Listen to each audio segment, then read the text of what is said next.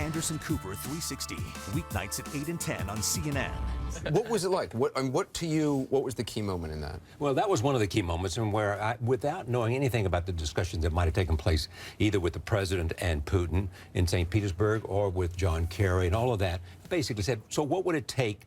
What would you prepare to do so that there would not be a strike? And he seemed to me to be suggesting that if, in fact, I could avoid a crazy war that would engulf the region, that I might be prepared to do that, which seems to me to open the door a little bit. And we'll see how that plays itself out. And you guys have been discussing that earlier, but that's an interesting moment. The other moment for me was a sense of, you get a feeling that he understands what the hell might be coming down on top of him if this happens.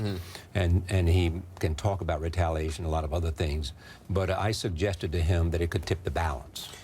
I'm just curious, does he, I mean, this is a guy who, you know, demonstrations started in Dara two and a half years ago. Some children were arrested for putting up some graffiti motivated by the Arab Spring. They were arrested. God knows what was done to these children.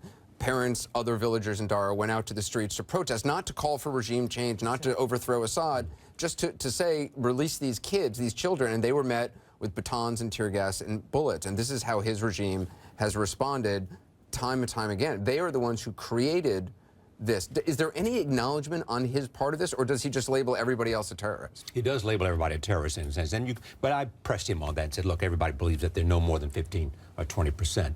As you know, of the people that are either al-Qaeda affiliates or some other al-Qaeda related group.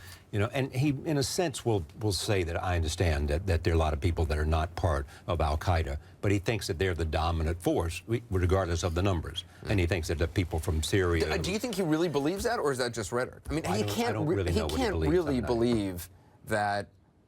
I mean, you know, his father crushed thousands of people. I mean, I think that's a very important point. I mean, he saw that his father did that against the Muslim Brotherhood, essentially eliminated the Muslim Brotherhood in a terrible in killing in Hama, 20,000 people, they and say. I asked him about that. Yeah, and he just didn't answer, did he? Well, he did in part, though. I mean, he said he was influenced by that, and he said, I said to him, look, did you learn anything from your father? And he said, essentially, if you get involved in war, you have to go all out. You have to be ruthless.